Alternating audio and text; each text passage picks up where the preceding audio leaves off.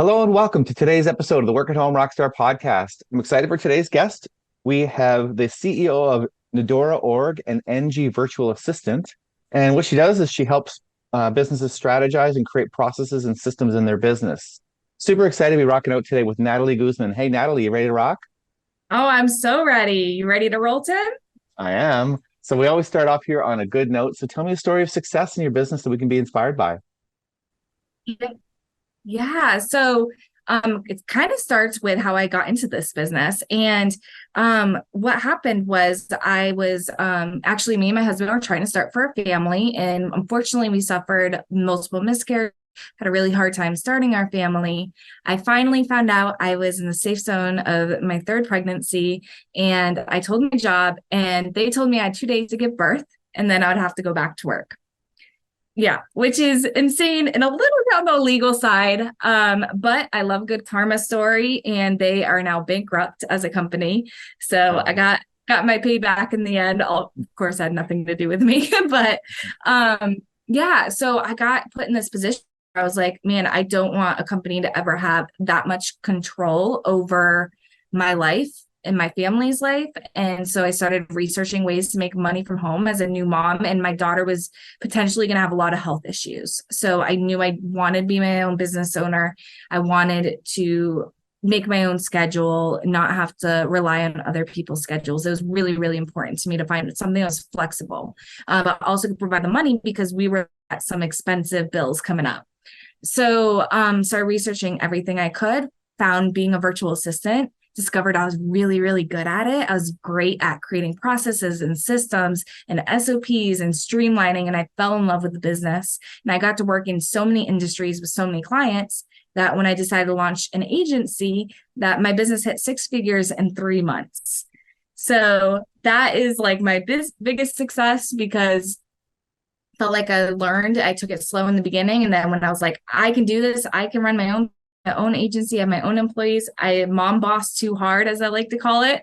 And yeah, I got 7 clients that were all about full time in 7 days. So I had to hire my first Oh. people for the company. I had to hire 2 people within 15 days. And I don't think I was necessarily ready for it, but we rolled and now we are this huge company, and that was back in 2015 too. So by VA standards, I'm kind of a dinosaur in the VA Yeah. world. Yeah. Wow. That's really amazing. Y- So wait, so you hit six figures in 3 months or a run rate of Yeah. six figures in 3 months? So we hit 6 figures in 3 months of starting the Wow. agency. Yeah. Wow. Amazing. That's amazing. Well, that's not a typical story, No, but it is a great story. So thank you so much for that one. Now, on that journey though, this is 2015. So, there have probably been a few bad notes maybe that you've hit over the time. So can you tell me something that didn't work as planned that we can maybe avoid? definitely. It's actually something that I see a lot of entrepreneurs going through as well. And that's we are really good at coming up with business ideas. And we like to open multiple businesses. And I own 2 right now, but I used to own 3. And so I opened after my virtual assistant agency, I opened a marketing agency. And I was like, oh, it's very similar to what I'm doing with virtual assistants. But the biggest thing, instead of having retainers, I did projects. So they would pay me per project. I ended up losing thousands of dollars because the projects weren't getting done within that time frame, or there was a lot of tech issues. I was also helping people that weren't techie, and so we were just spending a lot of time just trying to teach them how to manage and run some of these things that they wanted to run on their own. And so it wasn't profitable. I lost a lot of money. I had of a client switch as well, so there was a lot of downfalls that went with that. And I think as soon as I realized it, we went back to retainers and focusing on the virtual assistant agency. And then my second business is also on a membership based. So I think not having one-time projects really is making my businesses grow. That's how I hit 6 figures in the first place, was because I get the client once and they pay me every month or every Yeah. week. And so that money was continuous. Yeah. Wow. Right on. Well, and I'd like to dig into that a little bit because I've definitely experienced the techie issue many, many, many times. Like it's something that you don't really think about because I think that when you start your business, you know what to do. And maybe you get a couple clients that know what to do, and that's fine. But then all of a sudden you get a client that, and by techie issues, I don't know what yours were, but they can be as simple as they don't know how to use Dropbox, or they don't know how Mhm. to send you content, or they don't know, or their email, they're not really email people, or they don't know how to get on Zoom. There are so many tech issues that could come up that could like just make your administration of the task so much more than you had planned for, and then that just busts your margin completely. Is that similar to what happened to you, or? Oh yeah, 100%. It was them not understanding. And then like also they don't understand how long tech takes sometimes for setups, like automate, trying to explain the difference between a CRM and automation and a funnel is like, if for some people, it's just like they have no concept of it. They don't even want to understand it. But then they're like, why is this taking so long? And why haven't you done this yet? Well, I can't do an automation until your CRM set up. So it's just like they don't have, it's really, we're teaching them, also while we're doing work for them. But sometimes they don't want to be taught. They don't want to review the work you send them. Yeah. And that at that point, I've had to fire clients sometimes. I just have to be like, you will message me anytime you're stressed out or overwhelmed because you don't understand something, but we provided you everything we can. And so if you're not reviewing that or listening, then at that point, there's can do. Yeah. I think that those are two separate businesses. I think there's like the doing the work, and then there's the teaching of the doing of the Yeah. work, right? In that particular case, I mean, maybe the solution there is to hook up with a business coach and say, hey, if the client doesn't know what they're doing, then I'm going to send them your way. And then you send them Yeah. back to me once they figure it out, right? So our VA model is actually a lot different than most agencies, and we actually kind of solve this issue. So they get assigned a project manager. The project manager will strategize with them, create the systems and processes, teach them everything they need to know. But then they will send the tasks, the to-do tasks out to the rest of the team to complete. And the project Love it. manager reviews it and then sends it back to the client. So you don't have to monitor and keep track of hundreds of VAs if your business is really growing, and you don't have to worry about communicating them and teaching them the right way. And some people teach better by video or learn better by video or written content or whatnot, one-on-one meetings, and our project manager kind of handles all of that. Yeah, I love that. Like, I think that this is a huge topic for anybody who's becoming a solopreneur or starting their own business. I think that like I always joke around that I'm like, well, when I first started my business, my background is in IT. I was a coder at one point. And so I was like, I was really good at that. So I thought, hey, I'm going to start a business. I'm really good at it. But then I realized that like 80% of my time was spent not doing the thing that I'm good at, right? Yep. It's all the other bits and pieces that are involved in running a business. And project management is a huge one, like a Yeah. huge one. And it's like one of those things that it doesn't matter how long you've been doing it for, you're still going to have to do that project management, and every single client is going to be different. So Mhm. like it's something that really has to either be in your wheelhouse, or you have to find somebody who can do it. So it's cool that you guys have like figured that out, and you've got that middleman that does that work, because it's way bigger than the thing. It's not just like, oh, I just handle the emails. I just email them and let them know what's going on. No, there's so much more to it, right? Oh my gosh. And we do everything. So we've done emails, calendar management, all the usual things you first think of a virtual assistant. We've also done funnels. We do website design, graphic design, Yeah. flyers, marketing. I don't think there's I haven't had any tasks that are brand new to us in like years. So we've kind of done it all. We've done sales, we've done cold calling, we've done cold emailing, which cold emailing is a whole art form. So if you're sending bulk emails, look into cold emailing because it's so much more complicated than people really think. So you don't Oh get your yeah. domain blocked. That's my little advice. But there's just so much that goes into a business. And so we're basically, that person to be right alongside you to really help you. We've been in hundreds of different industries. We have doctors, veterinarians, we have online coaches, we have, homeschooling moms teaching other moms how to homeschool. And the range, we have landscaping industry, house cleaners. Wow. The industries are like, none of them relate to each other. They're all different.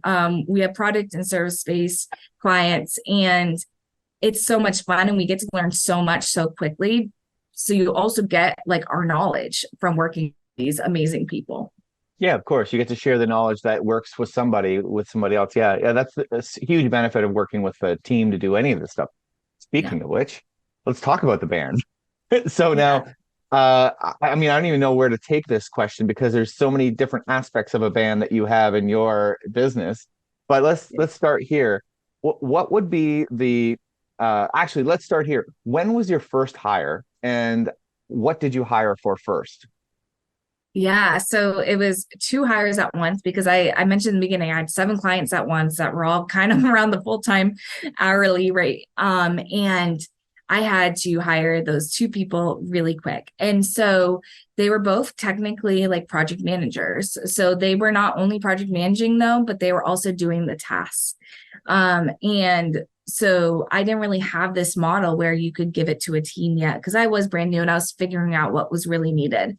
I didn't actually come up with that model until about a year later. And so they were just basically executive assistants for, I think that's the closest term to what they were. And I had never been a manager, I'd never been a supervisor. So I had to learn how to, train these people to be really good executive assistants. And one of those hires is now my director of operations for my company. So, Wow, right on. Okay. And yeah. what like did you actually let's talk about this. How did you know who to hire first? Ooh, so that's a great question. I basically hired little miniature versions of myself. So I figured, I've been doing this work for the clients. The clients like me. They like my personality. They like that I'm extroverted. They like that I can explain things fully. So I actually use this interview technique that most actually FBI agencies use. And it's where you actually ask them to explain something to you. It can be how to make a peanut butter sandwich. You let them choose what it is. And I'm just like, just teach me something. Just explain just train me just by talking how you would do something. And their answers are basically what got me to choose them, because I got to see their thought process. I got to hear their communication skills. I was able to kind of put myself in the client's shoes. Do I actually understand what they're trying to teach me? Did they give me enough detail? Did they give me too much detail? Did they make it confusing? So that was like the biggest part that really helps me choose who the right person was. I want to point out something because this is super rare. You Most people when they hire their first person, they look for things that they don't have. They look for, maybe hiring somebody that does something totally different than that you do or something you don't want to do. What you did is you hired somebody to replace you. That is super rare and it is super awesome as well because it's exactly what you need to do, right? You need to start to free up your time, right? Like, where did that idea come from? Like, was that something that was scary? Did you think you were working yourself out of a job? Like, was there any of that hit your mind, or did Yeah, so I had seven clients, one of me, about 120 hours of work, right? And so I had to be like, okay, I can take on this many people, but I need to clone myself. So that is kind of how I got that thought process. I had no business training. I had no one teaching me. I had no coaches at this time. So I think it was just, I need to replace myself, kind of like with being a mom, right? At the same time that I had this brand new business, I was also a brand new to being a mom. So I only took advice from people that were just like me or had the same values as me. I found, daycares or sitters that taught like I want to teach. So I think, one of the biggest things you mentioned earlier was most entrepreneurs work in their business. You actually want to work on your business. So you don't want to do all those to-dos. And I realized that really because I was just going to be a really overwhelmed mom and business owner if I just took on everything. And yeah, that's definitely what set us up for success. Hi, my name is Anik Malaf. I'm from Mastering Ascension, and I've been working with Tim Melanson and the Creative Crew Agency for a number of years now. Tim is my go-to guy for all things technology, and his team have helped me to really create the platform that I need that represents my brand, my message, and connects me directly to my ideal clients. What I particularly love about Tim is before he starts to dive into the technology, he always makes sure that he understands what your global view is, what your ultimate goals are. So then that way you're not wasting a lot of time back and forth switching around technology or platforms. He creates something from the get-go that is scalable, which is highly, highly beneficial for any business. What I've experienced from Tim and his team is they're highly responsive. They are a wealth of information, and they're going to offer you the tools that you need to really make the mark that you want to make in the world. So that's my recommendation for Tim. He's awesome. You're going to love every minute. You won't regret it. Amazing. Yeah, I hope a lot of people listen to this episode because this is very, very cool stuff. Yeah, replace yourself as quickly as possible. That's great. Now, I guess then the next part of that was that you did have a unique situation where you had so much work. I think that a lot of entrepreneurs don't end up in that situation where they literally do need to replace themselves 7 times, right? So I guess in that mindset, like you did have to do that. There was no other choice. You couldn't just hire a couple people to do a couple things because you had too much work. You couldn't do it all yourself. So if you're an entrepreneur on the line on the call that's like, well, I did it wrong. It was a different scenario. So yeah, and I kind of set out because when I got in that mind frame that I was like, oh, I want to turn this into agency, so I need clients. I was hustling. I was just trying to find all these different ways to find clients as quick as possible. And then my closing rate is really, really high. I'm really good at talking, as you guys could probably hear, and explaining things. And so, so I had probably about 10 interviews and I had 7 of them were closed. Perfect segue to the next section, which is how to get fans. How'd you do that? That's magic. Yeah. So I pride myself on that. I've basically been all organic forever. I've never spent a dime on ads. I haven't done like any crazy like video commercials, although I am looking at them for the future as we continue to scale and grow. But I basically what I did, my favorite thing I love to do, and it still works to this day and it's so simple, is that I literally just write on my Facebook that has a bunch of different business owners, basically my whole target market, my Facebook friends list. And I just say, hey, I'm taking on 2 more clients for by the end of this month. So if you want to come, if you need a virtual assistant, just reach out to me. But I'm only taking on 2 more for this month. And having a goal, so having a specific number of how many clients I want, but that's also limited and small with a deadline really kind of puts that pressure on people to be like, oh, I've been wanting to talk to her. I haven't reached out to her. I better do it now before she stops taking on clients. Yeah. And it works like a charm. I don't overuse it. I probably use it every other month, once a month. And I try it around when I'm needing more revenue. So some weeks I have more revenue than others. So I just time it for when I'm, is a slower week. I actually do a week before the slow week. So that way, hopefully when I close them, the money starts coming in. It's that week that needed money. Love it. I've used that same strategy. It really does work. But you're right. You can't overuse it because then it looks disingenuous, right? Yeah. You've got and I get like 5 people that respond to that. And I think it was 5 people that actually we closed on using that last month. And I didn't say that, I said only post, but 5 people contacted me and we closed on them. So that kind of shows you, don't think it's just 2 people that are going to respond. That's not how it's going to work. It could be a lot more. Yeah, it could be a lot more. And hopefully you can handle all 5. Yeah. You can't turn them away if you have to. So well, that's the question. Like, so what happens if you get too much work and you aren't prepared to do it? Like, is there any strategies that you can use to put it off, or like what do you do then? Yeah, so we actually just kind of changed our model. So I'll talk about what I did first and then what I do now. So what we did in the beginning was if we just had too much work, so I always made sure that my load was a lot less because then I can have some free time and to take care of my people need to. But if we had a lot of work, I could easily take that on myself. Yep. So that's kind of what I was doing. But now my family situation has changed. My stepfather has dementia. So all my free time kind of goes to spending time with him, which I'm so thankful for. But if I had a lot of work, I could easily take that on myself. So that's kind of what I was doing. But now my family situation has changed. My stepfather has dementia. So all my free time kind of goes to spending time with him, which I'm so thankful for. But if I had a lot of work, I could easily take that on myself. now I'm like, well, what am I going to do? I can't use me anymore to fill in those hours. So the first thing I have is a director of operations. So she kind of steps in where I go. She's more put onto the strategy and working on the business. And then she'll fill in when we have fires or things like that. Like today we had a fire and she's handling it. The second thing we do is we make sure we have more contractors than we need. And we basically tell these contractors this is as needed work, kind of like the per diem style. And when we have a lot of overflow work, we'll contact you. And so that way you can help us. And that has been a game changer. There's so many people that don't want to work just part-time or full-time. They really want to just work, as needed as the work comes. And it's worked really well for us to have more contractors than needed.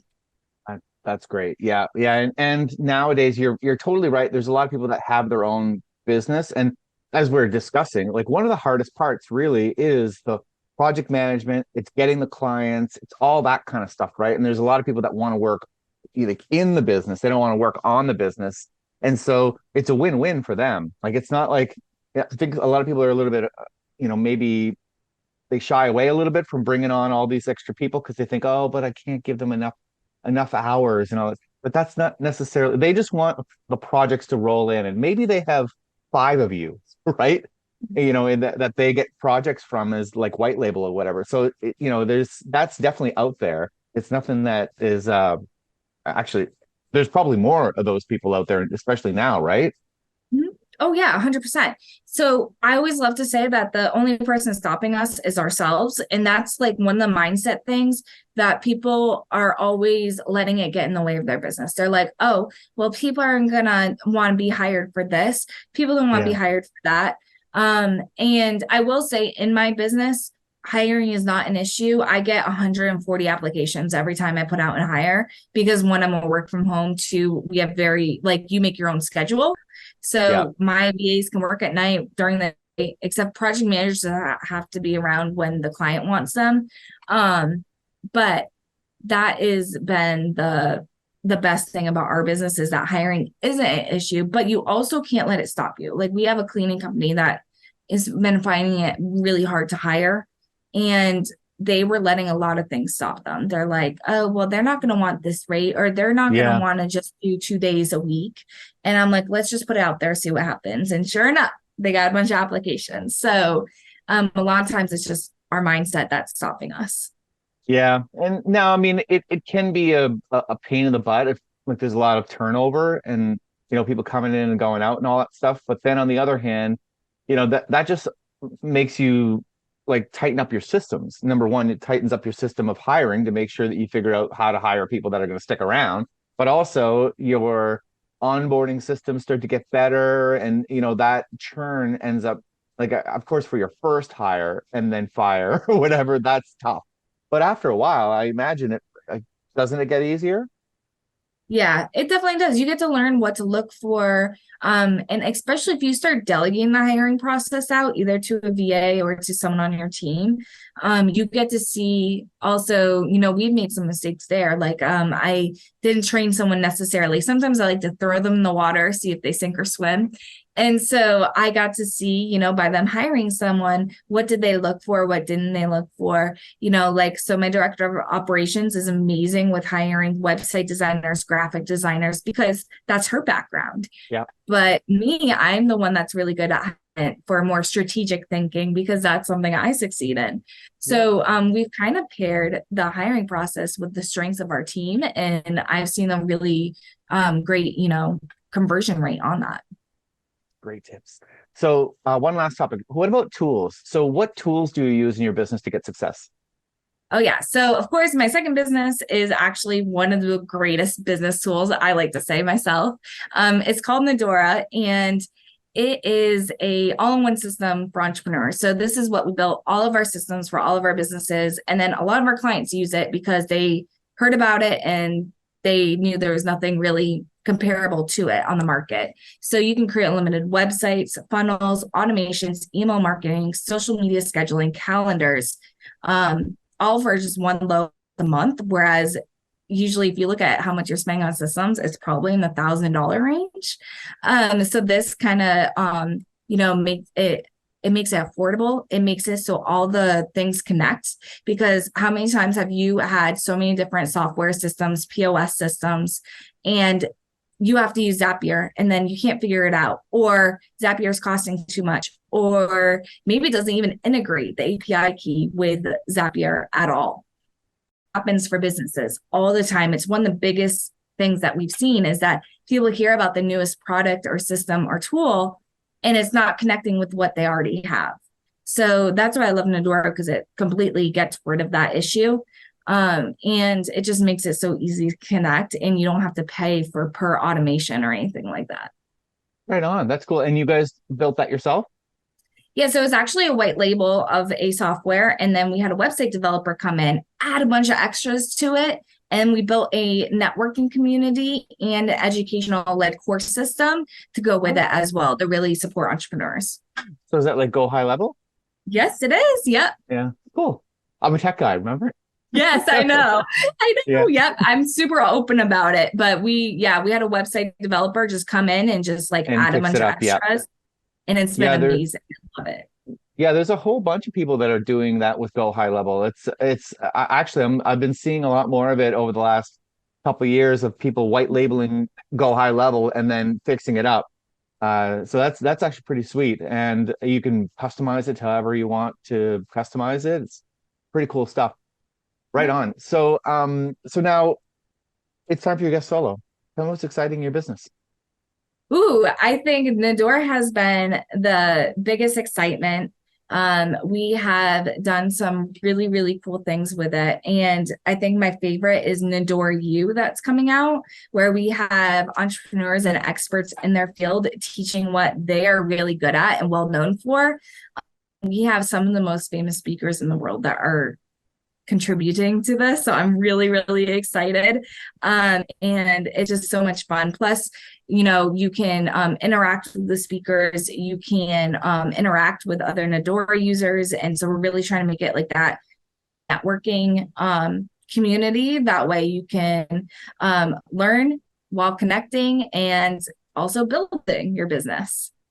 Oh, okay. So tell me more about that. Who would be the best people that would get the most out of participating in that? Yeah, so it's actually crazy, because you think it's mostly, when you think of, coaching or courses, most people think, oh, I'm just starting out my business, that's best, which is great for that too. But we also have a lot of 7-figure entrepreneurs that have tested it and said that it's really amazing and it's helpful even for them. And they've been in business longer than I have. Like, we have a technician guy, and he absolutely loves it. And he says that he's even learning things that he didn't know about. And he can even give it to his team to learn as well. So it's something that he can just easily give login access to his staff, and then they can learn. So he's not spending as much time teaching and training them. So is this something that they need to be a client of yours to participate in? So NadorU is actually a separate membership. So you don't even have to have the Nadora software. You could even just get NadorU by itself. Wow, cool. Yeah. Okay, so how do we find out more about this then? Yeah, you go over to NadorU.org. You can get a 2-week free trial to the software itself. Or you can just look at the NadorU, and we also have like a membership directory, even as a separate membership as well. So you can see kind of what works for you and your business.